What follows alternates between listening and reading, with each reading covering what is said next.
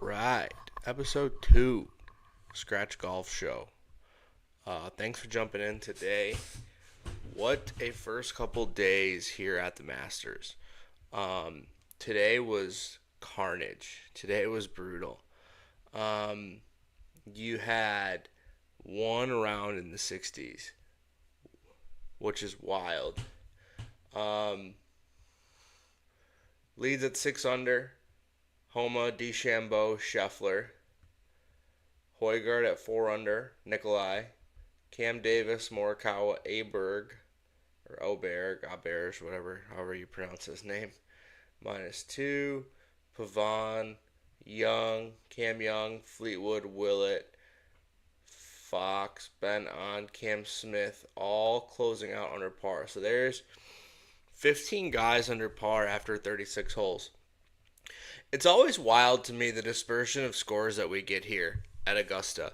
Um, I feel like some years it's -10. I think Brooks last year opened with 67, 68. I think there's been years where the winning score is lower than people would have realized. But I think Augusta obviously really showed its teeth today.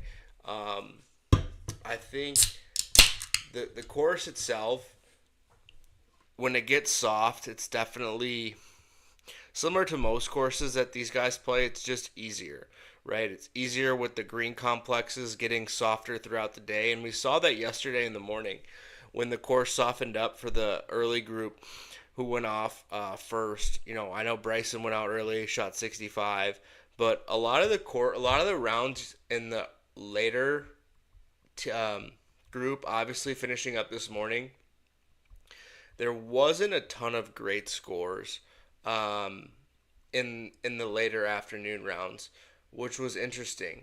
But the course today, I mean, you talk about a drastic difference in just overall just a test. I mean, I think today a lot of these guys were really just trying to survive in advance. I think you see some of the scores. I mean, like I said, low round of the day was 69, and there was only one round in the 60s today. One round in the 60s, which is insane. I mean, even par, even two over 74 was a good score today. I wonder what the scoring average was today. Average 2024 Friday.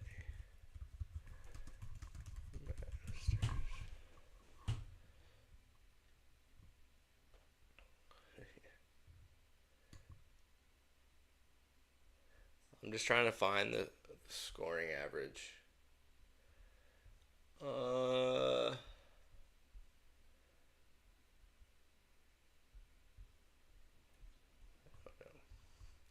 I don't know, man. But any day that there is, like I said, one round in the 60s, I got Homa at 71, 2, 3, 4, 5, 6, 7, 8,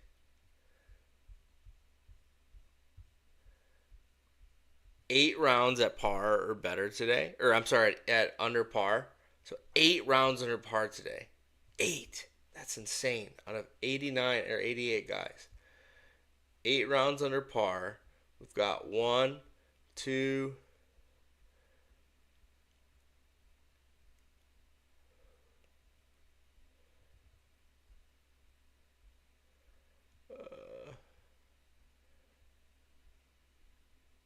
3, 4, 5, 6, 7, 8. So 8 rounds under par, 8 rounds at even par. So out of today's 89 rounds, 16 rounds at even par or better. That is wild. That you go out today and you shot even par and you gain shots on the field. 73, like I said, even 74 was a good score today. The scoring average had to be close. I would guess close to 75. I'm sure they'll come out with it as the weekend progresses. But I mean, today was just, I mean, it was absolute carnage. And you talk to a lot of the players and just in general, most really, really good golfers who play on the PGA Tour, who play on the Live Tour, who play on the Korn Ferry Tour, whatever tour they play on. You'll hear most of them say that on a 72-hole tournament, unless they absolutely have an absolute week, that there's going to be one day where you're just going to have to fight for a score. And for a score, it may not mean, fight for us, a couple under. It may fight to, a 72 or 73, 74 just to make the weekend. Or, if they shoot themselves, if they have a rough first round, they're going to have to fight for 69 or, fight for a couple strokes under par to ultimately get to the weekend. I mean, and you'll hear that from multiple guys, like I said, who just say that if they have 3 rounds where their game is good and things are clicking, and that 4th round is going to be a gritty day where they're just going to have to grind on their short game, grind over 6-footers, like that's going to happen every week to everyone. It's not just you, and it's the guys who win are the guys who can manufacture and just get out of there just surviving. I think we saw what Scotty did today. If you ask him what round was better, his 66 yesterday or his 72 today, it might be the 72 today. Like, seriously, he really only had a couple bad swings throughout the entire round today. I think it was on 13. He actually hit and that back tee box, and that's another thing, is that back box on 13 has played longer, and that hole is playing harder. Like, usually when that hole comes around on an annual basis, like, that hole is usually, like, you look at it and pencil in almost a 4 for, I would say, roughly half the field. A few eagles, maybe a big number or two, just because some guys will lose it in the water or hit a bad tee shot. But rarely does that hole play as hard as it's been playing. Largely because it's been playing into a wind, whether it's off the tee shot or on the approach shot.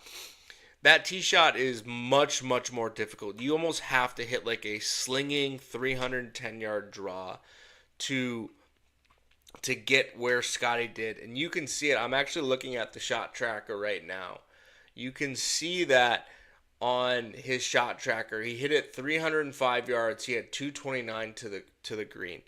That is one of the best tee shots, if not the best tee shot that you'll see throughout the day. And then he ended up hitting his second shot in the water, which is one of the few mistakes he made. But like I said earlier, you're going to make mistakes on a day like today. Like, you're going to have bad shots. You're going to have bad holes. I mean, you can just look at the amount of guys who just literally came apart today. And so, like I said, anything around even par, anything around 1 or 2 over is going to be a good round today. So Scotty, like I said, his 72, like I said, I almost think was better than his 66 yesterday. He just needed, I think, if he could get through today, if you would have told him he could have got to the clubhouse at probably 4 over, I think he would have taken it. Obviously, with him going into the lead, it's gonna be a good weekend for him. I loved him to start the week, but yeah, I think he played a really good round of golf today. Bryson following up a 70 or 65 at the 73, I think was admirable. Him too, I think, and he's another guy who, like I said, hits the ball high, can generally get it up into that wind. To follow up a 65 with anything around level par, I think he would have been happy with. 70, I think, would have been a really, really good round for him today. 73, like I said, there were 16 rounds at even par or better today. 8 rounds under par. So I think 73 1 over is a great round for him. Max went out early in the day. Obviously, he played with Tiger and Jason Day. Max with a 67 yesterday. I had said to somebody on our first show on Wednesday that I didn't really like Max's chances this week at 60-1, so I'm sure somebody's laughing in my face right now. But I think following up a 67 with the 71 and just getting out of there was key for him. One thing that's not really talked about was Tiger today. I think he went out and virtually played even par golf throughout most of the day. Maybe 1 over or 2 over. I saw him this morning when he hit his first couple shots. His back did not look good. I didn't really look at how he was walking. I don't really want to look at someone's walk. Like, I just think the guys who try to analyze Tiger's walk are maybe a little too much, but played a great round today. I think experience really helped today for him. You know, I was listening to Max have an interview with SVP after his round, and he was just talking about watching Tiger just get around the course, and just putting himself in position to make pars. I mean, I think he only hit 19 or 18 greens, so he's really only hitting roughly 50% of his greens, and he made the cut at 1 over par, 5 clear of the cut line. That is really impressive and a feat that I don't think he'll get enough credit for, because obviously with Tiger, he views everything as winning in majors, but now most golf fans, I think, and I don't want to write Tiger off, I really don't. I loved. I had a ticket for him to win the 2019 Masters, but I really do think at this point he's just playing for his own pride. This course is a really hard walk, so I can't imagine he's feeling great with his leg, his ankle, his back. I mean, the amount of things that man has had fused or surgery on. But seriously, like, his 72 today is arguably, like I said, Scotty's 72 was one of the, if not the best round of the afternoon, in my opinion. Tiger's 72 was really good as well. But like I said, today was just absolute pure carnage. I mean, the amount of guys who melted down on the back nine, and I'm not saying that, I may be a halfway decent golfer. I know that there was no chance that I think I could break 90 or 95 today from the back tees with how hard that course was playing. But, like, I mean, let's just take an example. Like Jordan Spieth, 79, 74. Brian Harman, 81 yesterday. And he finished, he shot 72 in his second round. So he went 81, 72. I think yesterday he finished triple, double, double. He had his back nine yesterday was a 47. Bogey, double, par, triple, double, double. That was yesterday. But I know, like, Justin Thomas today. Like, JT, I think, went... let me find it. He came apart. DJ missed the cut at +9. Like, DJ went 78, 79. I'm sorry, +17. Or no, +13. That is... Like I said, the amount of guys who just absolutely came apart today. Bubba, I think, started the back nine today like double, quad, double, or double, triple, double, like something crazy like that. Victor Hovland went nuclear on the back nine today, and not in a good way. 71, 81. Some of these splits on these rounds are insane. Victor today, he started bogey, triple, par, double, bogey, and you're 5 over. And then I believe he missed like a literal tap in on like literally like a foot or less on the back nine. I mean, JT, I got to find JT because his was... Neiman almost missed the cut. Neiman shot 7 over on the backside, I'm pretty sure.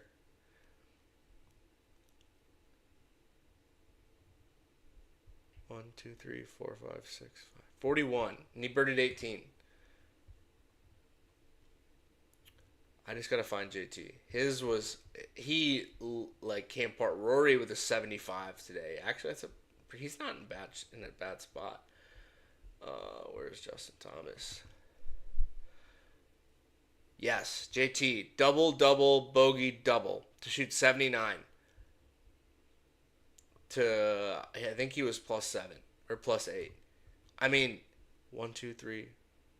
7 over the last 4 to miss the cut. It's wild. And I'm not saying that these guys probably didn't play that bad. But the thing with Augusta is when it blows like this, like, it is punishing if you're not hitting it well and if you're not hitting it in the appropriate sections. And I know we covered it on our first show, but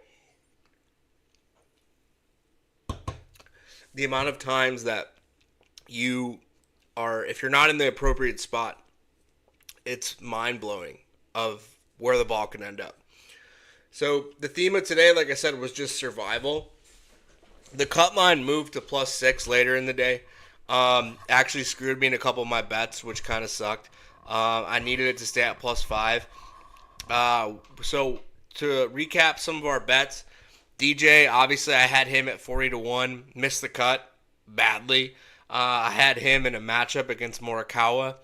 I think I told you guys to fade Morikawa. I couldn't be more wrong, at least not now. Morikawa with the 7170 and DJ with the 7879. So definitely lost that. Um, I was right on a few things. I did say fade Spieth. I bet against him twice with Willie Z and Brooks. So those both won. Most of my bets really still look intact. Like I said, I needed Phil to get in at +4 and Neiman to get in at +4, and they both did. And then Hideki and Jake Knapp both finished at +6. And I'm pretty sure when Hideki made double, is when the cut line moved to +6, which I was like, oh, that's awesome. In the meantime, because I was like, if both those guys miss the cut, I go 4-1 in my matchup bets for the week, and then I just got my outrights with a few top tens.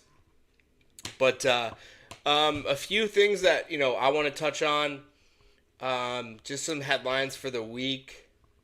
I think 7 guys from Live made the cut, and that's another thing. I think the beauty of this tournament is that almost everyone outside, I would say, like, the +6s are going to have to play, obviously, really well over the weekend. I think, you just think you do the math, 66, 66 to get you to 6 under, and hope that the leaders play relatively poorly over the weekend, I think is kind of what you're hoping for there. So I would say really anyone, I would say +4. I think making up 12 shots in 2 days is really hard. But I really think anyone who made the cut is still in this. Like, you've got guys like who just snuck in, like Brooks Koepka 73 to get in at +2. I know he was under par for most of the round today, or around even par. He snuck in. I know he famously, I think it was at Shinnecock. It might have been Shinnecock. I can't remember if it was first or second U.S. Open, where he came back from 4 or 5 down, entering the back 9, and coming into Sunday. Last year at Oak Hill, he opened with, I want to say, 1 over, and then went 66, 66, 69 maybe to win at Oak Hill. So there are a ton of guys who are still in this thing. There is so much golf left to play. And that's the thing that I love about Augusta, is there are guys who are still in it. And a lot of these guys who even made the cut are playing for a lot of things in general. Like top 12 and ties gets invited back to next year's Masters. So that, I think, a lot of guys will be playing for that. You'll see a lot of the guys, obviously there will be some in the over par crowd who will fall back and finish probably +10, +11, +12. But I really do think you'll get some guys who will make a weekend charge. Like I said, McIlroy 71, 77. I would look at maybe him in like a top 10 bet. Just because he's that kind of player who's shown that type of consistency at Augusta for the later rounds, where he's, like I said, I think I covered it last week, but the backdoor, 66, 65 on the weekend to top 5, top 10. But yeah, I think Rory, like I said, still in it. I think anyone's still in it. You never know what's going to happen. I think it was the St. Jude or one of the FedEx Cup events where Bryson and Harris English were well ahead of the field going into the back 9, and they both ended up shooting like mid-40s and coming back to the field. So really anything can happen. I think the weather is supposed to be getting better at Augusta, so I think that the scoring should continue. I think the wind is projected to blow.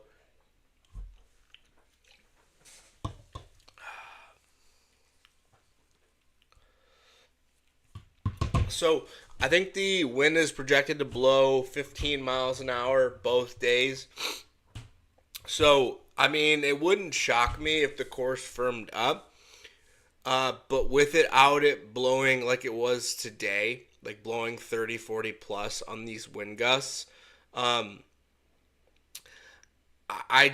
don't think that we're going to have another day like today. Like, we're not going to have another day of pure carnage, which, as a viewer, I think that's what everybody wants, right? Everyone wants to see these guys not struggle, but no one wants to see a birdie fest every week, especially at a course like Augusta, where you have just tradition, and you want to see, like I said, you want to see a lot of the carnage. I think tomorrow's supposed to be around 80 and sunny with 10 to 15 ish miles per hour of wind. Same with Sunday. So I really do think that we're gonna see some guys make a big move this weekend. I'm curious who it would be out of the pack. Like I said today, I'm sure these guys are just mentally and physically beaten after their round today. Um, and so it's going to be hard to wake up and fire like a super low round tomorrow. Shout out to Jose Maria making the cut as like I want to say he's almost 60 plus. 77, 73 is impressive. He's hitting like three woods into a lot of these greens. Ricky made the cut on the number, backdoor into the cut. Tom Kim, Adam Scott, Grayson Murray, Luke List. I think you could see Hideki fire a 68 tomorrow. Out of the guys at the way back of the pack, Ricky, Russell Henley, Olson, List, Olazabal, Knapp, Tom Kim, no. John Rahm at +5 is intriguing. I think now that he got his, I mean, he's been running hot. Not only today, but on Live. I love unfiltered Rahm. I love the F bombs. I love him screaming fuck every other word when he hits a bad shot. I love when he goes ballistic on a green or like when he hits a bad shot because of something unknown that anyone, that no one really knows what's going on. But him at +5, I think is interesting for the weekend. I think if you want to look at maybe a top 20, top 10 bets, if they have those live on FanDuel, he would be one that I would look at just based on the value you're getting. So basically, I would say anyone at +4. I think the +4s have a chance. I think, like I said, if McIlroy goes out and shoots 65, like 67, that would get him to like 8, 9 under. The problem is with these guys at like +4, even if they go out and shoot like a 67, 67 to shoot 10 under on the weekend, today was just so hard that like the leaders, even if they play bad, I don't think they're gonna back up significantly. And I think it's a trend here that the leader or the winner generally comes out of the last three groups. I know we have the stat that generally the winner, I think, is in the top 12 after the first round. So if you want to look at like the guys from yesterday who were in the top 10, top 12, you have Bryson, you have Scotty, you have Max, Nikolai Højgaard, Willett, Cam Davis, Ryan Fox.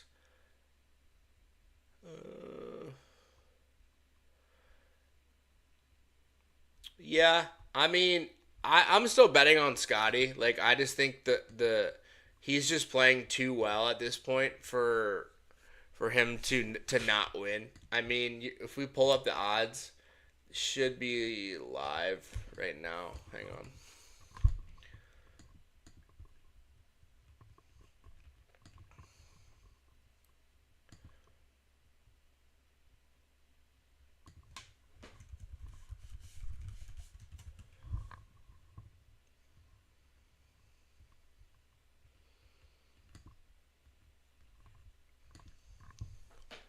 So if we pull up the live number, if my computer would load.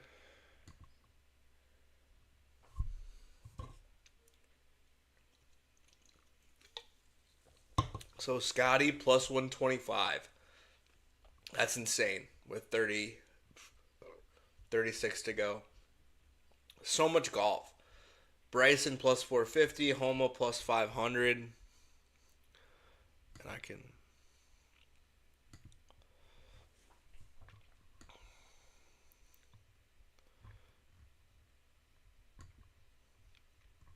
So you guys can see what I'm looking at.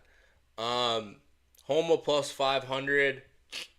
Morikawa +1400. Højgaard +18 or +28. Cam Smith +35. Cam Smith actually had a really good day.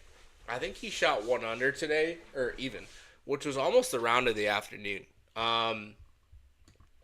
If we pull up his back nine, and bogey on 13, but to get around the back nine today and even par, That's impressive. 35, 5,000. Fitzpatrick plus 7,500. I mean, you're looking at a lot of guys. Like I said, you're gonna need some help. Obviously, the betting favorite is Scotty. I mean, that's a given. Um, but I just think that you're getting too good of value in some of these numbers if you want to dabble live with some of these guys. Like I said, I mean, Brooks at plus 10,000. He's 8 back, but if he goes out and shoots 3 or 4 under tomorrow and Scotty shoots, let's say Scotty shoots 2 under, Brooks shoots 4 under, he's at 2. I mean, he's 6 back. That's not crazy. I mean, we literally just saw Denny McCarthy run down Akshay last week from 6 back on the back 9. So 6 back going into Sunday is not insurmountable at all. So I think you're getting some decent value with some of these guys late. Fitzpatrick kind of came apart on the back. So he was having a good day. Yeah, he bogeyed his life. He was bogey free until 14, which is impressive to get through some of those rounds. Bogey. Or to get through the first 14 holes bogey free. But yeah, I mean, today was great. Xander with a quiet 70, like even if Xander at one point was like 10 back yesterday, I think he was he got to plus 3, and Bryson was at what 7 under. Now Xander, he grinded today. I mean, like I said, 72 today was a really, really good score. He grinded on the back 9. I think he threw a dart on 17. Yeah, I mean, he played his last 6 1 under, even for the back 9, even on the day. That's a really good round. So he could sneakily, like, if he sneakily goes out and shoots 3 or 4 under tomorrow, he's got a chance going into the weekend. So I'd even look at his odds right now. What is he at? Plus, yeah, I don't like plus 4,000. I don't love that. Still short for being 6 back. Tiger 7 back. Tiger and Hatton tomorrow. That'll be fun. Tyrrell 74.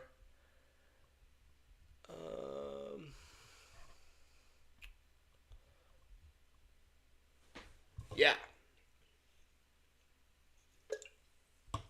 So I want to talk about a couple guys. Morikawa could not have been more wrong on him. 71-70, that's some really, really good golf. But yeah, I think we're in for a really good weekend. I really do think seeing Bryson play well is good. The story of the weekend, I think, is going to be today. Like I said, I think today was just about survival, just about getting through, making the cut. Like I said, Neiman giving 6 back, ultimately to make it on the number on 18. Well, what we thought was the number at the cut line ended up moving. But yeah, I mean, I love it. I think tomorrow's going to be a really good day. If history, if history serves us, we're going to see some lower scores tomorrow, especially from the morning guys.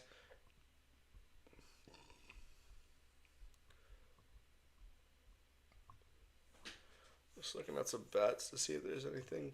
Problem is with golf live betting, there's just not a ton of stuff that goes live right after the round. One running round 3. Yeah, I mean it's been a good tournament though. I've enjoyed it. Didn't love the rain delay yesterday, but it kind of helped to today was just literally golf from 7:30 on for the rest of the day until 8 o'clock. Rarely do you get that much golf. And the one good thing that the Masters does is the coverage is generally really good. I have my gripes with the broadcast on really any golf tournament in general because I just think that the broadcast in general is set up that the fans just can't enjoy it. There's too many commercials, too much filler. Like, we're golf fans. We just want to see golf shots. It shouldn't be that difficult to show. Yet here we are. But the Masters every year, I feel like we have the conversation of the Masters seems to figure it out from year in, year out. Their app is light years ahead of every app ever on the golf side. Live has a decent app. The PGA Tour app is terrible. Has been forever. Just like the rest of the tour, it's lacking behind in the Stone Ages. Um, but the Masters app just seems to figure it out. So the coverage has been outstanding. I love hearing Jim Nance. Now that he's not calling it's weird not having him call March Madness into the Masters, but it's good hearing him. I can't wait to hear him call Sunday. Whoever ends up winning. Um, but yeah, I think it'll be an interesting weekend. I'm gonna go live either Sunday night or Monday morning, or Monday afternoon. I'm sorry, to do a show, just to do some recaps and looking ahead into Masters, or I'm sorry, into Harbour Town next week. We're also gonna do like a course highlight.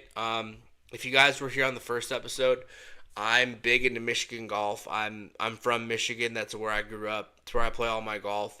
So I want to spend some time highlighting some courses that maybe don't get enough love. That's really why I got into like golf media or golf social media in general, was just to highlight some courses here in Michigan that I love to play. So we'll hopefully do that Monday. We're hoping to get some more guests on at some point. We've got some cool people that we've been talking to. So we'd love to get some more interactive people. Maybe do some, I don't know if I do the interviews live. I may do some interviews recorded and just release them to the channel. Ultimately, would love to hear how some people feel about that. But we do have a lot of cool guests who we're hoping to get on here in the next few months, as we kind of roll out the major time in golf. Basically from this point on, we have a major and a designated event or a live event almost every month, with the PGA coming back in May, U.S. Open obviously in June, and then the Open Championship into the playoffs, the President's Cup this year. So we are kind of hitting our stride when it comes to golf, which is going to be a really fun summer. But yeah, I'm just trying to think any other storylines, anything else I wanted to talk about. No, I think the course was just playing so hard today. I don't think people will ever understand how difficult this golf course plays.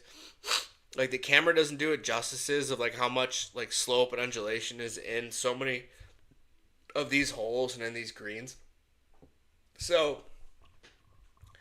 uh, yeah, good tournament, a lot of carnage.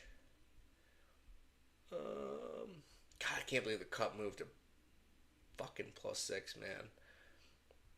I was like, I just need Hideki to miss, and I go 4-1 in matchup bets. Ugh. Well, anyway, really excited for the weekend. I'm gonna call it now. I think Scotty gets it done. Probably a little biased, and I'm not really going out on a limb, picking the guy who's +125 to win, going into the weekend. But yeah, I just think he's playing too good. I'm curious to see how Bryson plays over the weekend. I know in 2021 at Torrey, he melted down, shot 43 on the back, went from like T2 to like T43 in the matter of 9 holes. Not saying he's going to play like that this weekend, but I'm just curious to see how he plays when the pressure is on. I think the last group tomorrow is going to be Bryson, or no, it's going to be Max and Scotty, because Max finished first. So it'll be Bryson and Højgaard. It's going to be a sprint to the finish to see who gets in that last group on Sunday. You got to think that Scotty will most likely go out and shoot a couple under tomorrow. So you got to think that to get in that final group, you're probably going to have to get to 9, maybe 8. I really don't think 7 is going to get it done. I think we honestly could see 10 under tomorrow. It wouldn't shock me if one of those 600s got to 10. I would expect Max to regress a little bit tomorrow. I would expect him to shoot anywhere 71 and higher. I think even par would be a really good round for Max tomorrow, or even 73, just to get into Sunday with a chance to win. I think he would take that. I want to see the course firm up a little bit more, and I want to see a lot of these pins get a little harder. I think that the course, yes, they want some birdies over the weekend, but we also want to keep it how it's been playing. I think it's been playing more than fair. I think major championships are supposed to test the best golfers in the world. Now, we can sit here and debate and disagree who the best golfers are in the world. are they actually in this event? I mean, how many are we missing from Live? I don't think that we're missing a very high number, but I really do think that these tournaments are designed to challenge and test the best players in the world at their very best. So I don't want to see a major that is double digits under par. Like, that's why I used to love watching the U.S. Open as a kid, because the U.S. Open was always guaranteed like one under, even. I mean, hell, in '06, whenever Jeff Ogilvy won it, it was +5. Like, you will never see a golf tournament at +5 ever again in today's day and age. These guys are just too good. The courses can't keep up with the current technology. But I want to see it play similar to how it played today. Obviously, the wind had much more of an effect than normal. But I really do want to see it play similar. I don't want to see a birdie fest over the weekend. As much as I want to see somebody come out of the back of the pack and make a push over the weekend, I want those shots to be rewarded. I want to make it difficult for somebody to go out and shoot, a 10 under weekend. Realistically, that's probably gonna need what we're gonna need to get it done. I think is 10 under. But yeah, overall, a good tournament. And like I said, we're gonna go live Monday to do a recap. Hopefully, we might have a guest joining next week. So stay tuned for that. But yeah, thanks for jumping in. If you were able to jump in today, really appreciate you guys. I had a ton of fun doing this the other night. So I'm going to keep jumping on. I'm going to try and stick to Mondays and Wednesdays just because those are the days that align best with my schedule right now. Mondays are easy to talk about, just like the weekend that was in golf, whether it's a PGA Tour or a live event. And then kind of do some gambling stuff on Wednesday. We may look into some like early look lines on Monday for some outrights. But I'm going to stick to the matchups. I've been really enjoying betting those. So if you want to pop back in Monday, we're going to try and pop back in either Sunday or Monday around the same time, around 8:15, 8:30. That seems to be a good time at the end of the day for people to kind of come in, just hang out and listen to me spew about golf. So that's what we're going to do. If you're able to jump in today, thank you so much. I appreciate you guys jumping in. Share it with your friends if you guys think I have any talent at this at all. If you haven't subscribed to the channel, would really appreciate that. Share it. I'm not in this for the views. I'm really just doing this as a hobby. I like doing it for fun. I'm passionate about golf and I want to talk about it. I really don't care. I would do this in front of 0 viewers. The fact that we had, I think we had 14 the other night, which was really, really cool. 14 more than I was expecting. 12 because I knew that my parents and my fiance would join. Anyway, I'm going to jump off for the night. I hope you guys enjoyed your first 2 days of Masters coverage. I appreciate you jumping in today. Thank you so much, and we'll see you guys on Monday.